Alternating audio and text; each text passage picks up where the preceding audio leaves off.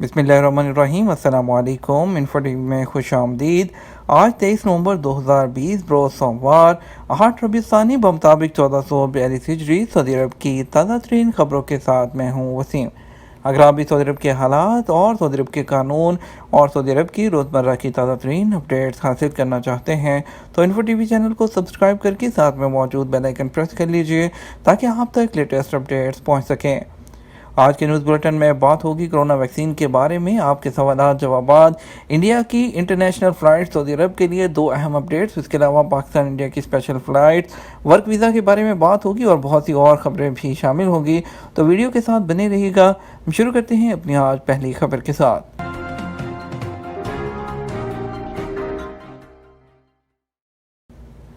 سعودی عرب corona vaccine فراہم کرنے کے لیے جدوجہد جاری رکھے گا، ولی عہد۔ سعودی ولی عہد شہزادہ محمد بن سلمان نے کہا کہ G20 کے رکن ممالک نے سعودی عرب کی قیادت میں یکجہتی پیدا کر کے کرونا وبا کا مقابلہ کیا۔ شہزادہ محمد بن سلمان نے G20 کے اختتامی بیان جاری کرتے ہوئے کہا کہ بین الاقوامی معیشت کو خسارے سے بچانے کے لیے 11 ٹریلین سے زیادہ رقم فراہم کیے گئے۔ شہزادہ محمد بن سلمان نے کہا کہ قریب ترین ممالک کے ساتھ تعاون کیا گیا، قرضوں کی ادائیگی معطل کر دی گئی۔ سعودی ولی عہد شہزادہ محمد بن سلمان نے بتایا کہ 1 ارب سے زیادہ لوگوں کو گروپ کی جانب سے قرضے معطل کرنے سے فائدہ پہنچا۔ جون 2021 تک قرضوں کی سروسز کی ادائیگی معطل رہے گی۔ انہوں نے کہا کہ سعودی عرب کرونا ویکسین فراہم کرنے کے لیے جدوجہد جاری رکھے گا۔ سربراہ کانفرنس نے سرکلر کاربن پروجیکٹ کی توثیق کر دی۔ WTO کی اصلاح کے لیے سعودی فارمولے کی منظوری بھی دے دی۔ محمد بن سلمان نے توجہ دلائی کہ سعودی عرب نے کرونا ویکسین کی تیاری کے لیے $500 ملین پیش کیے، جبکہ انسانی جانوں کی سلامتی کے لیے تمام اقدامات کیے گئے اور بے حد غریب زمروں میں شامل افراد کی مدد کی گئی۔ کورونا سے بچاؤ کے لیے تعلیمی اداروں کو بند کیا گیا۔ وزیر تعلیم سعودی وزیر تعلیم حمد آل شیخ نے کہا ہے کہ G20 کے ماتحت تعلیمی گروپ نے بحرانوں کے دوران تعلیم جاری رکھنے کے موضوع پر بحث کی، جس سے یہ بات سامنے آئی کہ کرونا وبا کے دوران تعلیم کے حوالے سے ممالک کو بڑے چیلنجز کا سامنا تھا۔ تعلیمی اداروں کو بحالت مجبوری بند کیا گیا۔ لوگوں کی سلامتی اور ان کا تحفظ ہماری پہلی ترجیح ہے۔ سعودی خبرساز ادارے SPA کے مطابق سعودی وزیر تعلیم نے کرونا بحران کے دوران تعلیم سے متعلق سعودی عرب کا تجربہ G20 میں شامل ملکوں کے سامنے رکھا۔ وزیر تعلیم نے بتایا کہ ہم نے کرونا کے دوران سعودی عرب میں اسکول بند کرنے کا فیصلہ کیا تھا کیونکہ ہماری پہلی ترجیح طلباء و طالبات، تدریسی اور انتظامی عملے کی سلامتی تھی۔ وزیر تعلیم نے مزید کہا کہ انہوں نے G20 میں شامل ملکوں کو بتایا کہ سعودی عرب میں بحران کے دوران آن لائن اور سیٹلائٹ چینل کے ذریعے تعلیم کی فراہمی کا آغاز کیا۔ کووڈ-19 کے تجربے کے بعد تعلیم کے شعبوں میں 16 بین الاقوامی درجوں میں پیش رفت حاصل کی ہے۔ جدہ کے پاکستانی قونصلیٹ میں ناظرہ کی 1 ونڈو سہولیات شروع۔ پاکستان کے national data base and registration authority کی جانب سے آج سے جدہ کے پاکستانی قونصلیٹ جنرل میں 1 ونڈو آپریشن کے ذریعے خدمات فراہمی شروع کر دی گئی۔ پاکستان قونصل جنرل خالد مجید نے ناظرہ کے 1 ونڈو سہولت مرکز کا افتتاح کیا۔ اس موقع پر اسلام آباد سے آنے والی ناظرہ کی 3 رکنی اعلیٰ سطحی ٹیم بھی موجود تھی۔ ناظرہ کی 1 ونڈو سہولت کے نتیجے میں شناختی دستاویزات سے متعلق کام زیادہ تیزی اور سہولت سے ہو سکیں گے۔ اس کی وجہ سے صارف کو الگ الگ مقامات پر جا کر کام کرانے کی بجائے ایک ہی جگہ سے تمام سہولیات میسر ہوں گی، جس میں فیس جمع کرانا، بائیو میٹرک، تصاویر، ڈیٹا انٹری، فارم پرنٹنگ اور جمع کرنا جیسے امور شامل ہوں گے۔ پاکستانی قونصلیٹ کے بیان کے مطابق نیا متعارف کردہ نظام سابقہ طریقہ کار کی نسبت زیادہ صاف اور شفاف اور صارف دوست ہے۔ پاکستانی مرکز کے مطابق نئی سہولت قونصلیٹ جنرل کی جانب سے پاکستانیوں کو مزید بہتر خدمات فراہم کرنے کی کوششوں کا حصہ ہے۔ انڈین ایمبیسی کی بات کریں تو انڈین ایمبیسی کی طرف سے ایک اہم اپڈیٹ، انڈین ایمبیسی نے اپنے روزمرہ کی قونصلیٹ سروسز کا آغاز کر دیا ہے۔ ابھا کے بعد ابھی اگلی جدوجہد ان کی وہ شروع ہوگی تمام کے لیے، اور اپنی قونصلیٹ سروسز ہر شہر بہ شہر کر رہے ہیں، تو اس کے تحت لوگوں کے مسائل حل کیے جا رہے ہیں۔ وہ تمام لوگ جو سعودی عرب میں موجود ہیں اور کسی بھی قسم کے قانونی مسئلے سے دوچار ہیں تو وہ بھی انڈین قونصلیٹ سروسز سے کانٹیکٹ کر سکتے ہیں۔ ایک بڑی اپڈیٹ شامل کریں گے۔ سعودی عرب نے نئی ترمیم کے ساتھ ٹرانزٹ ویزا میں منظوری دے دی۔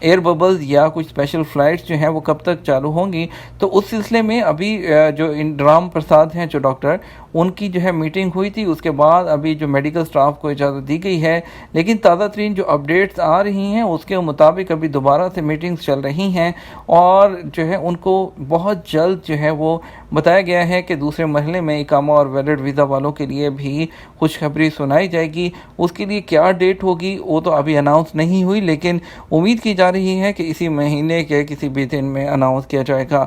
جیسے ہی اناؤنس ہوگا سب سے پہلے ہم آپ کو انفو ٹی وی چینل میں اس کو شیئر کریں گے۔ اب کچھ بات کرتے ہیں اسپیشل فلائٹ سے متعلق، اور اس کے بعد بات کریں گے مزید خبروں کی۔ تو بات کرتے ہیں آج انڈیا سے وندے بھارت مشن کے تحت کون سی فلائٹ جائیں گی انڈیا کے لیے۔ 4 فلائٹ ٹوٹل سکیجول ہیں، جس میں پہلی فلائٹ QG595 جدہ سے حیدرآباد جائے گی سٹی لنک کی، دوسری فلائٹ SV760 ریاض سے دلی جائے گی سعودی عربین ایئر لائن کی، IX1584 دمام سے ترویندرم، AI1914 دمام سے لکھنؤ کے لیے جائے گی، ایئر انڈیا کی فلائٹ ہوگی۔ یہ بس فلائٹ تھی جو وندے بھارت مشن کے تحت۔ اگر پاکستان کی بات کریں تو ٹوٹل 5 فلائٹس ہیں جو اسلام آباد سے آئیں گی، 2 جدہ کے لیے اور 3 ریاض کے لیے۔ 2 فلائٹس PIA کی ہوں گی، ایک فلائی ناس، ایک PIA اور ایک سعودی عربین ایئر لائن کی۔ کراچی سے صرف ایک فلائٹ آئے گی جدہ کے لیے SV701 سعودی عربین ایئر لائن کی۔ لاہور سے 5 فلائٹس آئیں گی، جس میں 2 جدہ، ایک ریاض اور 2 دمام کے لیے آئیں گی۔ جدہ دونوں ایئر بلو کی فلائٹس آئیں گی، اور اس کے بعد PIA کی فلائٹ آئے گی ریاض کے لیے۔ فلائی ناز کی فلائٹ لاہور ٹو دمام آئے گی، اور لاہور ٹو دمام PIA کی فلائٹ آئے گی۔ SV797 پشاور سے جدہ کے لیے آخری فلائٹ پاکستان سے آئے گی۔ اسکیجول آپ اپنی اسکرین پر دیکھ سکتے ہیں۔ مزید خبروں کا سلسلہ شروع کرتے ہیں۔ ایک بڑی اپڈیٹ شامل کریں گے۔ خطرات کے پیش نظر ٹورسٹ اور مسافروں کے لیے انشورنس لازمی۔ سعودی وزارت سیاحت نے حکام کو پابند کیا ہے کہ مسافروں اور سیاحوں کے انشورنس کو یقینی بنائیں تاکہ کسی بھی طرح کے خطرات سے نمٹنے میں آسانی ہو۔ اس طرح کے لائسنس کی میعاد ختم ہونے کے بعد اس کی تجدید یقینی بنائی جائے۔ سیاحت کے دوران درپیش خطرات کو کم کیا جائے۔ ضابطے اور ہدایات میں کہا گیا کہ وزارت سیاحت نے سیاحتی دوروں اور بحری اور بری پروگراموں کے دوران قوانین کی پاسداری پر زور دیا ہے۔ ٹور آپریٹر کو سیاحتی پروگراموں کا انعقاد سعودی عرب میں ہر طرح کی خرید و فروخت کی اجازت دینے کا مجاز کیا گیا ہے۔ ٹور آپریٹر سیاحوں کو ٹرانسپورٹ کی سہولت، رہائش، کھانا، تفریحی مقامات اور دیگر سہولیات دینے کے پابند ہوں گے۔ اسی طرح کانفرنسوں اور پروگرام کے معاملات بھی انہی کے ذمہ ہوں گے۔ کرونا کی بات کریں تو کرونا سے 19 ہلاکتیں، مزید 224 کیسز کی تصدیق۔ سعودی عرب میں گزشتہ ایک روز میں کرونا کے مزید 224 کی مریض ہیں ان کی تصدیق ہونے کے بعد کووڈ-19 کے مجموعی کیسز کی تعداد 3,55,258 تک پہنچ چکی۔ وزارت صحت کی جانب سے جاری اعداد و شمار کے مطابق 24 گھنٹے میں کرونا سے 19 ہلاکتیں ہوئیں، جس کے ساتھ ہی اب تک اس مہلک مرض سے 5,780 افراد جو ہیں ہلاک ہو چکے ہیں۔ ریاض کے ہوٹلوں اور فرنشڈ اپارٹمنٹ کا تفتیشی دورہ۔ وزارت افرادی قوت کے تحت کام کرنے والے ریاض مکتب العمل نے شہر کے متعدد رہائشی ہوٹلوں اور فرنشڈ اپارٹمنٹ کا تفتیشی دورہ کیا ہے۔ سابق ویب سائٹ کے مطابق موبائل فروخت کرنے والی دکانوں کے علاوہ کمپیوٹر کی اشیاء فروخت کرنے والی دکانوں کا بھی تفتیشی دورہ کیا گیا۔ تفتیشی دوروں کے دوران 75 خلاف ورزیاں ریکارڈ کی گئیں۔ جدہ کے محلوں میں 5 دن تک تعطل کے بعد پانی کی سپلائی بحال کر دی گئی۔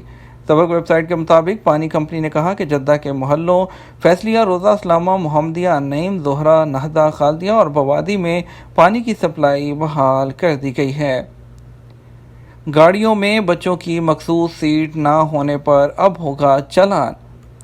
سعودی محکمہ ٹریفک کا کہنا ہے کہ گاڑیوں میں اکیلے بچوں کو بغیر مخصوص سیٹ کے بٹھانے پر 300 سے 500 ریال تک کا چالان کیا جائے گا۔